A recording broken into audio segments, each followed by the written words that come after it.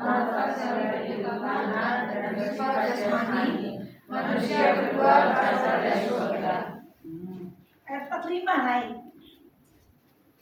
Seperti ada tertulis, manusia pertama Adam menjadi makhluk yang hidup, tetapi Adam yang akhir menjadi roh yang menghidupkan. Ayo lagi sekali, 1, 2, 3. Seperti ada tertulis, manusia pertama Adam menjadi makhluk yang hidup, tetapi Adam yang akhir menjadi roh yang menghidupkan. 46. Tetapi yang mengadakan bukanlah yang rohaninya, tetapi yang rohaninya. Kemudian baru datang yang rohaninya. Ini kenyataan hidup yang kita alami. Ya, pada saat Adam pertama, Allah menciptakan manusia Adam dari debu dan tanah liat, dihembusi dengan nafas kehidupan, dia menjadi makhluk. Ya, di dalam pandangan Allah bukan saja makhluk fana, tapi makhluk yang rohani. Makanya waktu Allah menciptakan, di sana ada komposisi, ada hidup Allah dan nafas Allah. Meskipun dari tubuh ini tanah liat, tapi dalam manusia batinnya itu ada kehidupan Allah. Makanya manusia yang pertama ditaruh di Taman Eden bergaul dengan Allah. Jadi sebenarnya manusia yang diciptakan itu pada masanya waktu sebelum dilupakan dosa adalah manusia yang bersifat rohani, tapi memiliki tubuh. Ya, dan manusia itu bergaul dengan Allah. Bergaul dengan Allah, tapi Allah juga dalam pimpinannya juga dia memberikan aturan dan tatanan. Kamu semua boleh kamu makan, tapi jangan makan satu. Berarti Allah sedang mengatur tatanan, hukum, perintah-perintahnya supaya manusia yang diciptakan Allah tadi bisa langgeng bergaul dengan Allah. Tapi inilah membuat kesalahan yang fatal, dia melanggar perintah Allah sehingga Adam berdosa, sehingga dia bersifat fana. Jadi yang dihasilkannya adalah karakter yang berdosa.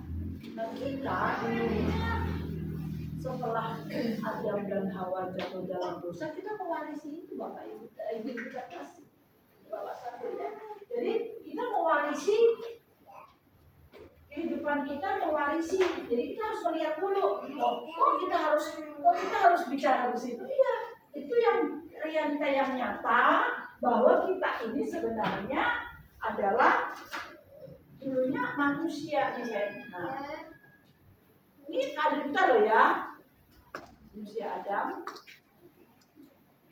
Ini manusia Adam kedua. Buang tangan, lihat ya tubuh kita ya, lalu ada nafas kehidupan. Lalu sebab itu jadi dosa. Nah, ini kita lihat dulu pertama ya. Jadi kita melihat keadaan diri kita, nanti satunya kita bisa mengubahnya. Tubuh kita berdosa, ya. Jadi tubuh kita berdosa, jadi daging ya. Daging dia tentang perbuatan, daging dia tentang melayani keinginannya sendiri tanpa melayani Allah. Jadi tubuh kita berdosa, lalu jiwa kita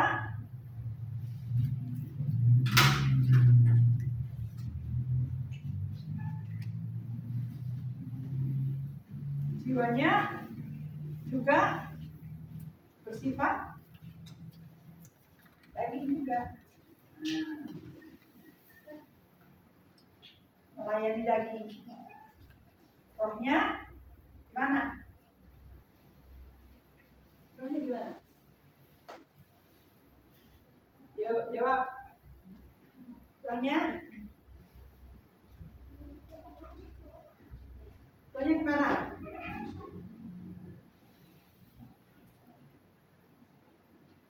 Jadi keadaan manusia di muka bumi ini tubuhnya berdosa. Dosa daging dalam tubuh dosa ini manusia memiliki dosa perbuatan dan kodrat dosa. ngatur dosa. Nah,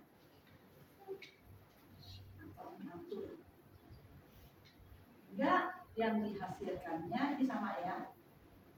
Enggak dosa, perbuatan dosanya. Apalagi jiwanya sekarang tunduk pada dosa. Dan rohnya mati, artinya dia tidak mampu memahami, mengerti, komunikasi dengan Allah, terputus. Ini keadaan kita manusia hari ini. Manusia siapapun juga selama dia belum mengalami kelahiran baru, ada di sini kita. Ya, kita memiliki karakter yang tidak bagus ya. Jadi itu keadaan kita yang sesungguhnya pada saat terjadi dalam dosa. Makanya nanti kita melihat apa yang dirancangkan oleh Allah atas kehidupan kita lewat putranya, supaya kita hidup di dalam kebenarannya. Ya. Jadi manusia itu bersifat fana, keadaannya bahkan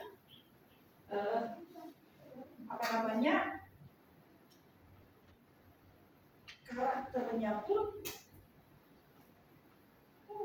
sebagai membawa karakter dan sifat dosa. Makanya kalau sudah punya fana, karakternya itu ya habisi. Makanya manusia itu di pemandangan Allah dalam Kejadian 6 ayat malam saya katakan itu dampak. Makanya Allah katakan aku batasi aja umurnya. Karena kalau nggak dibatasi manusia sakit menjadi-jadi. Jadi karena sudah berdosa tadi, Kejadian 6 kemarin dikatakan yang belajar PA, manusia itu baru coba Kejadian 6. Jadi itu keadaan. Jadi di sini kita belajar itu supaya kita menyadari dan bagian apa yang dalam kita yang harus kita ubah. 6 ayat 3 ya kalau nggak salah. Berfirmanlah Tuhan, rohku tidak akan selama-lamanya tinggal dalam manusia. Ini banyak mendapat. Ya, artinya kata mati di sini Allah tidak lagi berusaha mempertahankan supaya manusia menuju kehendaknya karena kefanaannya, karena tubuhnya sudah melayani dosa, jiwa dan pikiran dan perasaannya sudah takluk kepada dosa. Bapak Ibu terkasih, ini jiwa kita tentang pikiran, perasaan, ego ya, kehendaknya ini sudah tunduk pada dosa. Rohnya, makanya dikatakan rohku tidak akan selama tinggal di dalam manusia karena manusia daging, ya kan? Daging.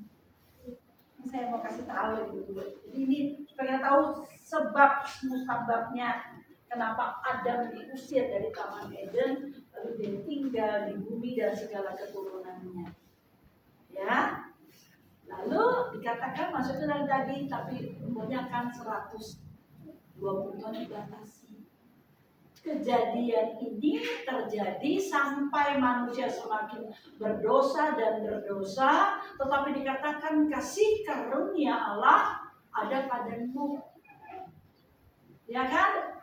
Nuh menerima kasih karunia Allah, maka itu Allah merancangkan manusia yang sudah berdosa tadi karena tidak mampu lagi dibawa dalam pertobatan, dipimpin, maka dia menarik keluarga Nuh yang mau masukkan dalam bata yang dilenyapkan. Itu keadaannya. Ini belum berhukum, belum ada hukuman. Jadi situasi ini ada hukum, Bapak Ibu terkasih. Sebenarnya di dalam kehidupan yang sejati pun hukum itu, karena tadi saya katakan Allah menuliskan atau menghembuskan napas kehidupannya bukan sekedar napas. Waktu manusia bergaul, manusia diajar, Adam dan Hawa diajar untuk bergaul dengan Allah, mengenal hukum, tatanan, perintah Allah. Ya kan? Makanya kenapa waktu Kain dan Habel mempersembahkan kepada Allah, yang satu diterima dan tidak diterima, berarti bapaknya Adam sudah mengajarkan bagaimana cara berjumpa dan menyembah Allah atau ibadah kepada Allah. Tapi karena Kain tetap sudah mewarisi kedagingan hingga pikirannya tidak mau takluk, justru beliau yang salah dan Allah berkenan. Ini tentang aturan dan tatanan. Jadi di sini kita gambarkan manusia yang sudah berdosa, Allah saja melawannya, mendatangi dia nggak mau mendengarkan. Bahkan yang lebih jahat, karena dia iri dan dengki, dia habisi adiknya. Kain adalah pribadi yang menyembah Allah yang benar, ya kan? Allah berkenan pada penyembahannya, tetapi Habil menyembah Allah yang Habil menyembah Allah yang benar, lalu Kain karena sudah salah, dia marah, didatangi Allah, tidak mau ditegur, bahkan dihabisi. Seringkali pada saat kita ini memang pribadinya nggak ada, tapi spiritnya ada. Spirit Kain itu selalu menganiaya orang-orang yang beriman dengan Allah yang benar. Ada nggak ini orang benar dulu sama orang tidak benar? Itu spiritnya ada sampai hari ini. Jadi kita kejadian itu mengolah satu keadaan bagaimana sebenarnya kejahatan itu, kegelapan itu bekerja. Dan Allah melihatkan di sini tidak ada satu orang pun yang mampu. Maka sejak keturunan manusia hanya menghasilkan dosa dan dosa. Ya, sampai pada zaman Allah melihat dosa berlipat kali ganda, Allah memanggil Musa untuk memberikan. Tapi melakukan, mengatakan dan mendeklar hukum atas manusia di muka ini. Tapi enggak juga. Maka sekarang kita kembali kepada 1 Korintus tadi.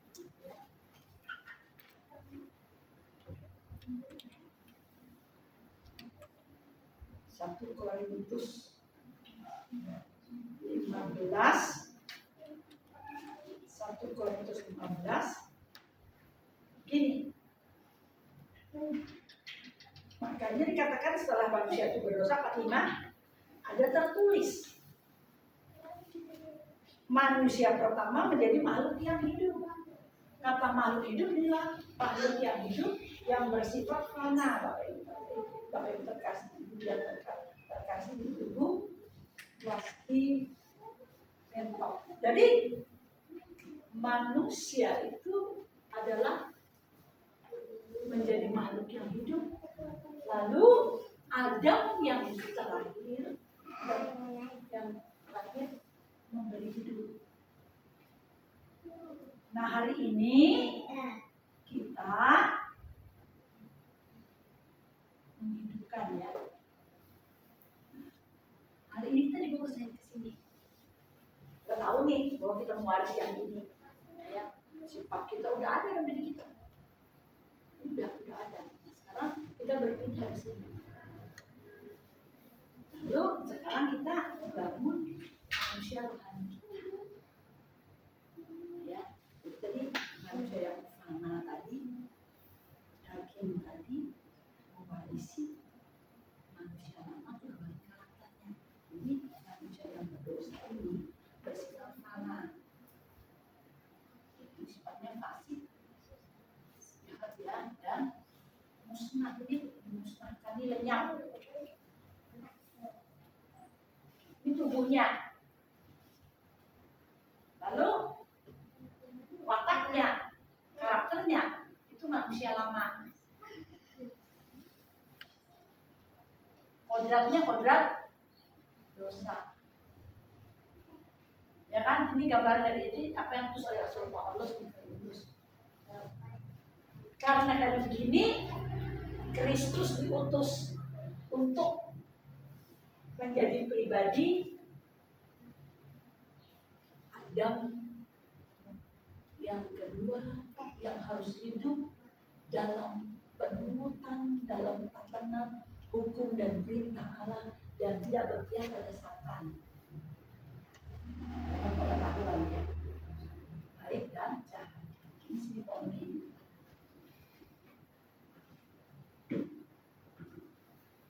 Jadi Yesus memulai.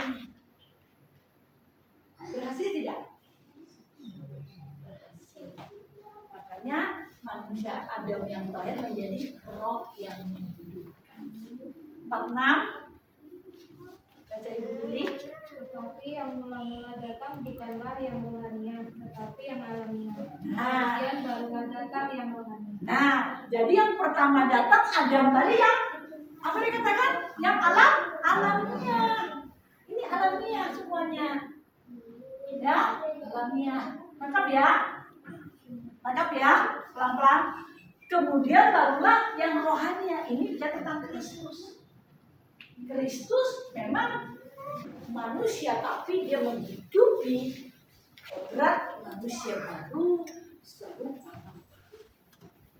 Makanya dikatakan dia datang. Jadi maksudnya kalau kita sudah adalah manusia yang lama, lalu waktu kita bertobat, kita akhiri terus manusia lama kita, melangkah dan kita hidup sebagai manusia baru yang rohani. Itu maksudnya. Nangkap? Ya, itu pergumulan kita semua masuk saya. Ya, kita harus ke sana semua. Makanya kita berjuang mengakhiri lama kita. Semua kita ini punya watak masing-masing diwarisin. Dari keturunan kita, dari gen kita, semua kita waris yang nyata. Maka itu perjuangan kita membuangnya dan itu tidak bisa instan. Tidak bisa instan. Ya, 47. Dia menerangkan lagi. Manusia pertama, Ibu Lili. Manusia pertama berasal dari ibu tanah dan bersifat jasmani. Manusia kedua berasal dari surga. Kehendak daripada Bapa dari yang Rasul Paulus, karena ini sudah berdosa bersifat tanah, ini pasti dilenyapkan. Tapi manusia harus diselamatkan. Paham? Kehidupannya diselamatkan, batinnya diselamatkan, karakternya harus diselamatkan. Manusia di dalamnya itu harus diselamatkan. Makanya Kristus mulai memberikan contoh. Selain dia memberi contoh, dia juga melaksanakan karya penebusan, bahwa tidak ada perdamaian dengan Allah tanpa darah yang tertumpah, dan itu harus tidak kudus. Makanya Yesus selain dia harus datang ke dunia, datang dari roh Allah, dia juga harus menunjukkan kalau dia bersifat sebagai sama seperti Adam pertama juga, dia adalah manusia, dia berjuang hidup tidak serupa dan pertama sampai dengan kekudusannya, dan pas tepat kekudusannya dia harus disalibkan supaya seluruh dosa yang dibawa sejak Adam pertama sampai pada masa dia salib akan menjadi Yesus. Amin. Dan saat kita percaya, kita dibenarkan. Tapi pembenarannya masih bersifat pasif. Artinya pembenaran dari pihak Allah. Lalu bagaimana supaya tetap benar? Setiap kita harus melakukan kebenaran, harus bertindak benar. Lalu makanya kita membuang semua sifat manusia lama kita. Berjuang ibu-ibu semuanya. Gak bisa kita, aku hanya berdoa saja, aku kerja saja, hilang, gak bisa. Kalau kita tidak berjuang, kita tetap sebagai kondisi manusia meskipun jadi Kristen. Makanya kalau orang yang masih sudah Kristen di gereja tapi kan tidak pernah berubah wataknya, jadi sandungan. Di rumah tangga juga jadi sandungan, di masyarakat jadi sandungan, hidupnya egois, hidupnya licik, pokoknya semuanya. Nah, inilah tanggung jawab setiap kita untuk mengubahnya. Amin. Karena kita adalah mau dalam surga yang kekal. Kita kan makhluk manusia yang berdaging tapi memiliki yang ada di kita dan Allah itu bersifat kekal. Meskipun tubuh kita dikubur, jiwa dan roh kita nggak bisa lenyap. Kita harus berhadapan dengan Allah.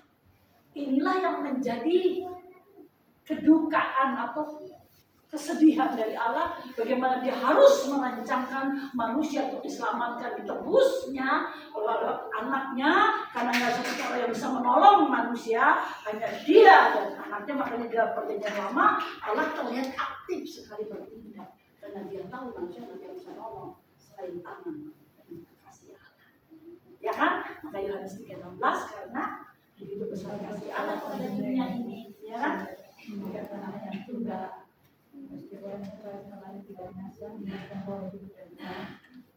Ini pernyataannya pada seluruh jagat raya ini, dia bukan satu kelompok. Tapi salah dibawa oleh orang Israel. Ya, karena kan dari Abraham asal mulanya kan dari satu orang dipanggil. Jadi kita harus menyadari. Jadi perubahan karakter manusia kita ini perjuangan setiap kita. Lalu kita ibadah, kita melayani adalah ekspresi kita untuk menunjukkan bagaimana sebagai orang yang sudah diubah. Yang kedua, kita mau berkorban, kita mau melayani, kita melakukan sesuatu tanpa dilihat manusia. Itu menunjukkan kedewasaan manusia rohani. Karena kalau manusia daging itu suka pamer, suka kelihatan. Kalau kasih uang, kering, dapat kelihatan, ya kan? Aku kasih kering, nah, dia suka pamer. Tapi kalau manusia rohani, ya kelihatan nggak suka pamer. Nah, itu tandanya. Jadi kalau orang yang suka pamer, tunjukin sesuatu, tandanya dia masih daging. Ini bukan kata saya, Alkitab menulis. Tapi Alkitab tuh jujur membukakan supaya kita menyadari, oh aku berarti suka gitu ya. Ya udah nggak lagi dah saya begitu. Dia nggak engkau yang Tuhan. Makanya Tuhan mengajarkan kepada manusia di sini ini yang bagus sekali kita ya. Dan terus ngajarin.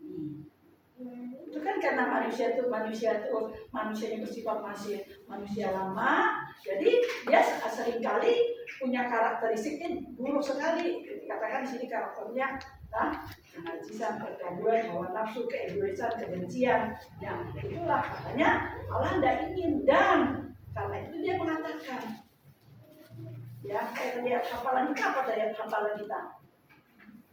Bukan Matius tadi. Mata adalah pelita tubuh.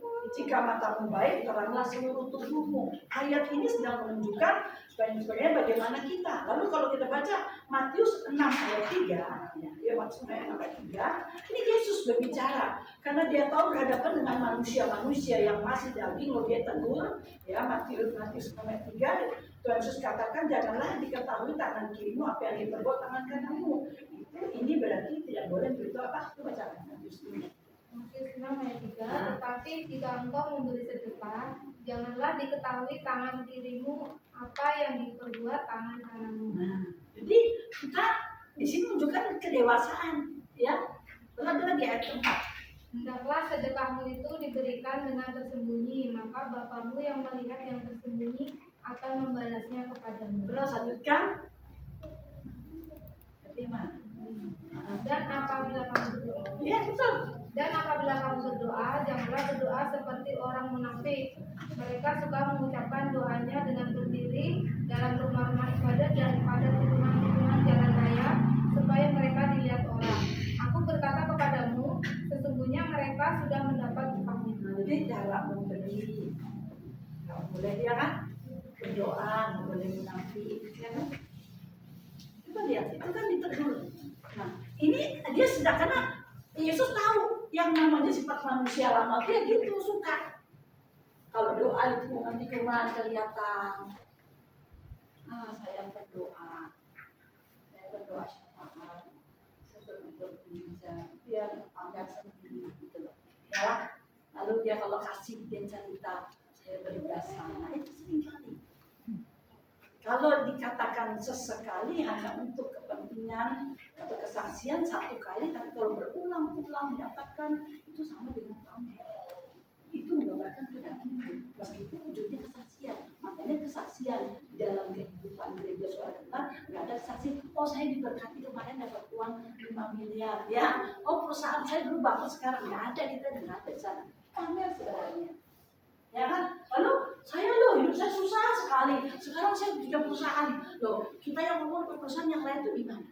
Kan enggak seperti itu. Jadi itu bukan kesaksian yang benar. Itu kesaksian pamer. Itu masih manusia lama. Ya? Manusia lama. Jadi ini menggambarkan berdoa.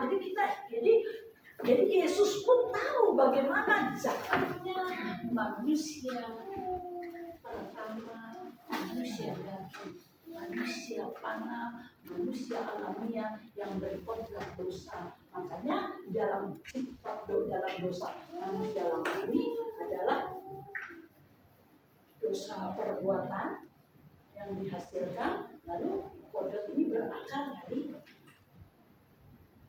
dosa. Makanya kenapa Yesus adalah sebagai manusia yang berbakti? Karena kita tuh waktu berdosa harus jadi manusia yang suci dan kudus menyelesaikan dosa manusia. Makanya Yesus itu haruslah manusia. Yesus bukan Allah. Amin. Manusia supaya kekudusannya bisa menebus dan menyelamatkan manusia. Hari ini ibu percaya bahwa Yesus itu manusia? Percaya nggak kau? Percaya nggak kau? Percaya nggak ibu bahwa Yesus itu manusia? Manusia bukan Allah. Terus percaya ya? Ibu percaya nggak Yesus itu Allah? Manusia terus Kristen itu manusia atau Allah? Saya itu manusia. Manusia. Benar ya? Manusia terus ya. Jadi siapa yang menciptakan langit dan bumi? Hah? Nah, bukan Yesus ya. Yesus manusia. Yesus nggak punya praeksistensi. Yang mengatakan Yesus manusia itu adalah hasil konsili. Jadi Yesus menunjukkan bagaimana sih sebenarnya sebagai manusia yang dikenal, contoh yang dikenal, di mana dia menunjukkan kelakuan dan hidupnya. Selain dia menjadi contoh, dia juga menyerahkan dan membayar dosa supaya kita menjadi milik Allah lagi. Jadi hari ini ibu yang sudah percaya dengan Yesus dan penebusannya, ibu-ibu adalah menjadi milik Allah dan dibenarkan. Kata dibenarkan, engkau tidak lagi memiliki, engkau tidak lagi mewarisi hukum atas manusia lamamu. Engkau harus berpindah. Makanya tubuh manusia lama kita, karakter kita harus dibuang. Itu perjuangan kita sebagai tanggung jawab. Kita hari ke hari hidup dalam penurutan kepada Allah. Itu yang lakukan Yesus. Makanya dikatakan kalau kita terus berjalan di dalam kebenaran, lalu kita tinggalkan kodrat dosa kita, tinggalkan sifat jahat kita, kita tidak mencari sesuatu yang hanya untuk pamer, dan kita hanya hidup dalam bersama dengan Allah, kita sudah mempersiapkan hidup kekal kita yang juga kita membangun watak manusia baru dalam Kristus. Dan itu harus kita capai, ya nggak boleh kan? Karena kalau kita belum mencapainya, kita sudah menjadi Kristen, tapi di rumah kita lihat mamanya, papanya udah Kristen, tapi kok ini ya sulit. Karena kita tidak menunjukkan kualitas. Kita sudah menunjukkan kualitas hidup kita itu belum tentu orang bertobat. Tapi kalau kita menunjukkan kualitas hidup yang buruk, ya, jadi maka itu dituntut untuk kita harus menunjukkan kesaksian kehidupan bukan hanya dengan kata-kata, tapi dengan perbuatan. Amin. Itulah kita semua. Mungkin kalau cari uang sih gampang ya. Saya cari uang, kalau saya dia dagang, dia buka toko, ada yang beli. Kalau dia mungkin profesional bidangnya sebagai kelistrikan, dia dipanggil istri dapat uang ya kan. Buka toko yang jasa juga, ya, yang jualan, yang bertani, yang beternak. Tapi bisa nggak di dalam itu kita mengubah seketika pada manusia? Nggak mudah kan? Nah, itu perjuangan kita. Jadi lebih sulit sebenarnya daripada cari uang. Karena kan ada banyak orang tadi berbicara, ya kita kan sudah diampuni, diselamatkan, dan Yesus sudah menebus kita, ya udah kita menjadi manusia baru otomatis. Tidak. Itu namanya tidak adil. Manusia harus menunjukkan bagaimana kualitas hidupnya sebagai manusia baru. Kita bisa instan. Jadi kalau instan itu adalah pembohongan dalam pengajaran kita, dan akan nggak ada kata-kata begitu. Ya, jadi harus, makanya dikatakan tadi dalam 1 Korintus 15 tadi, ya, sama seperti yang kita bilang ya, sama seperti kita memakai rupa alamiah, yang ini rupa alamiah yang pertama, tapi sekarang kita memakai rupa surgawi tentang manusia batinnya. Jadi rupa surgawi adalah menggambarkan manusia batinnya kita menuruti kehendak Allah, firman Allah, taat pada Allah, hingga tubuh kita menjadi taat dan kebenaran. Tapi kalau kita tidak ya, jadi manusia memakai rupa surgawi tentang manusia batinnya kita, hingga rupa jasmani kita pun menjadi tubuh surgawi. Karena kita hidup dalam pimpinan dan kehendaknya dan berbuah-buah pada kehidupan. Ya, coba kita baca kata Galatia 5.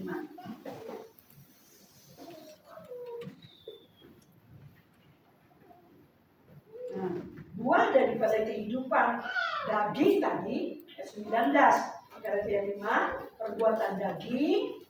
Ayo baca Ibu ya. Ayat 19, 20, 21. 1, 2, 3. Perbuatan daging telah nyata, yaitu percampuran, pencemaran, hawa nafsu, pemberontakan, sihir, perseteruan, perselisihan, iri hati, amarah, kepentingan diri, percederaan, pemberontakan, kedengkian, pengakuan, pesta pora dan sebagainya.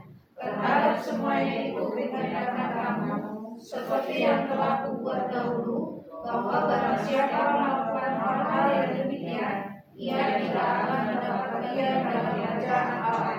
Nah, Rasul Paulus mengingatkan, betul begitu juga, ya, seperti yang anak lakukan dulu, tapi kok nggak lagi lakukan sekarang. Dia memberi contoh juga, aku udah tinggalkan. Jadi, ayo jangan lagi. Jadi kita jangan itu dengan pola adat pertama lagi. Ini perjuangan. Yang namanya sifat ini dibuang, tidak mudah, tapi kita berjuang. Ya, sampai kita berbuah pada kehidupan serupa yang Kristus pertunjukkan. Coba baca 22 sampai 24 ya. Ya terus ya, 22 sampingnya 1, 2, 3. Tapi buah roh ialah kasih, sukacita, damai sejahtera, kesabaran, kemurahan, kebaikan, kesetiaan, kelemah lembutan, dan penguasaan diri. Tidak ada hukum yang menentang hal-hal itu. nah, lupa. Barang siapa menjadi milik Kristus Yesus, ia telah menjadikan lagi dengan segala hawa nafsu dan keinginannya. Ini yang bagusnya begini. Barang siapa menjadi milik Yesus, siapa yang milik Yesus? Angkat tangannya. Angkat tangannya. Ya, ini Alkitab yang saya sampaikan. Barang siapa yang menjadi, angkat tangannya. Barang siapa yang menjadi milik Kristus Yesus, ya, koma baca. Ia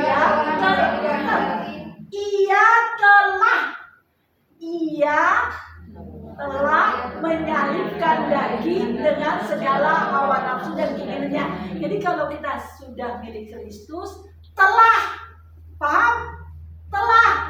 menyalibkan. Sudahkah Anda menyalibkan? Kalau kita bilang milik Yesus, loh ini ayat bukan sama saya loh ya.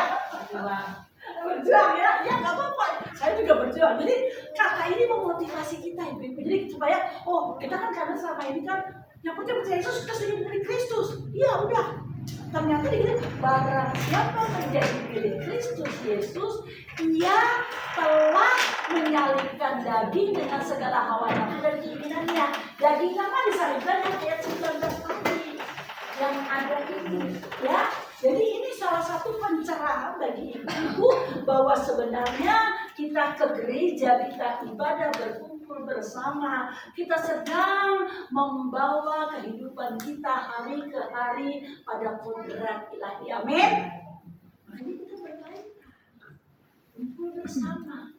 Kalau masing-masing kita berkumpul bersama, kita menyembah Tuhan, kita berdoa, Allah hadir. Dalam kehadiran Allah ibadah, Bapak Ibu kasih bisa berdoa. Anak ini masih punya ini, masih pada tolong dong. Karena kehadiran itu dia melihat, dia tahu, dia akan menolong kita, kita bisa mampu. Kadang-kadang kita nggak mau, buat gereja nggak enak, males, kita sembunyi.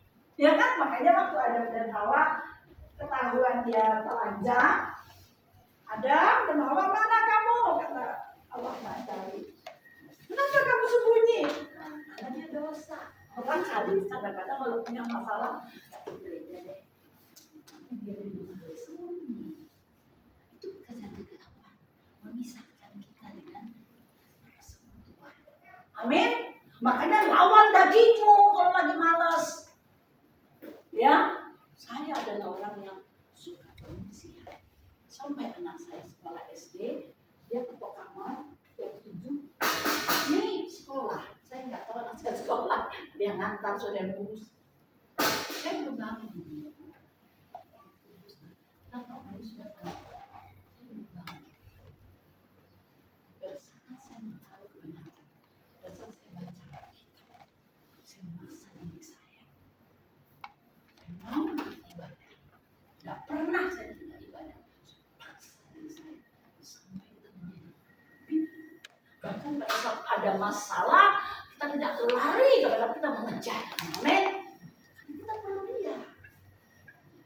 Kita perlu dia, perlu diisi dengan dia, dengan kekuatan, dengan kehidupan, dengan hikmat. Dia bukan pasti merangkul gini, kalau kamu sakit ya nggak gitu. Tapi batin kita itu diisi dengan penghiburan, kekuatan. Amin.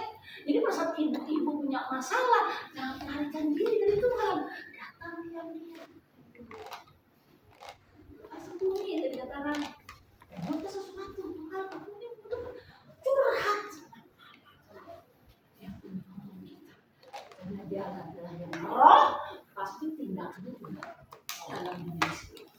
Dia mengisi batinnya.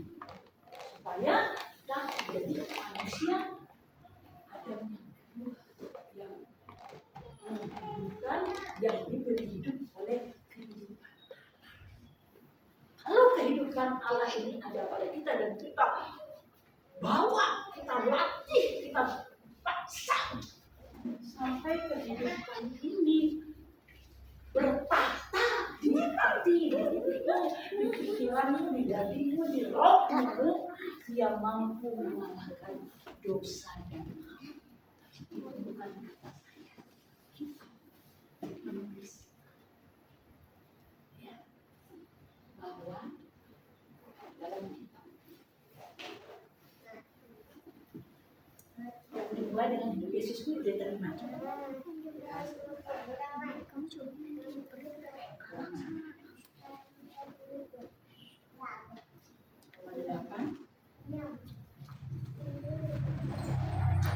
Bukunya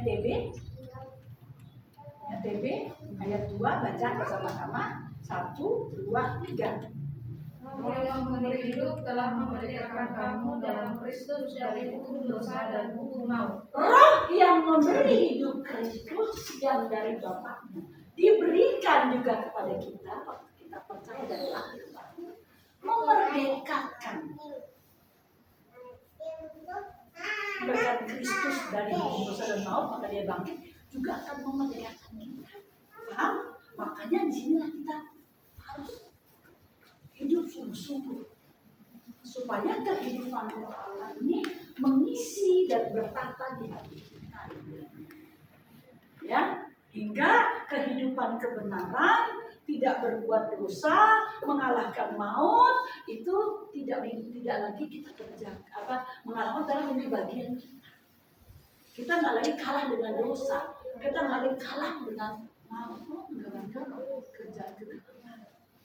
Dosa itu kekuatan. Di sini ada dosa perbuatan dan hukumnya. Tapi hukum dosa itu dikalahkan. Maut itu hukum, kekuatan maut yang bekerja dari kita itu dilenyapkan. Sampai nikmatnya, bahkan sekarang kita menutup mata, kita pasti berjumpa dengan Allah. Nanti Bapak Ibu berkasih, harus ada bilang kehidupan sebagai Adam yang kedua, manusia kedua, yang adalah dari surga. Kalau dia dari surga, kita hidup dengan seperti dia, masuk surga enggak? Pasti masuk, itu hukumnya. Karena dia di surga, bawa hukumnya. Kita taati, kita terima. Kita di hati kita terus lakukan, pasti masuk surga. Pasti sudah itu. 2 tahun. Ya, amin ya. Sudah percaya Ibu? Percaya ya? Oke, ada yang tanya nggak ada? Udah jelas ya? Udah jelas ya Bu Lili? Oke. Terima kasih Bapak di surga. Bahwa kami para wanita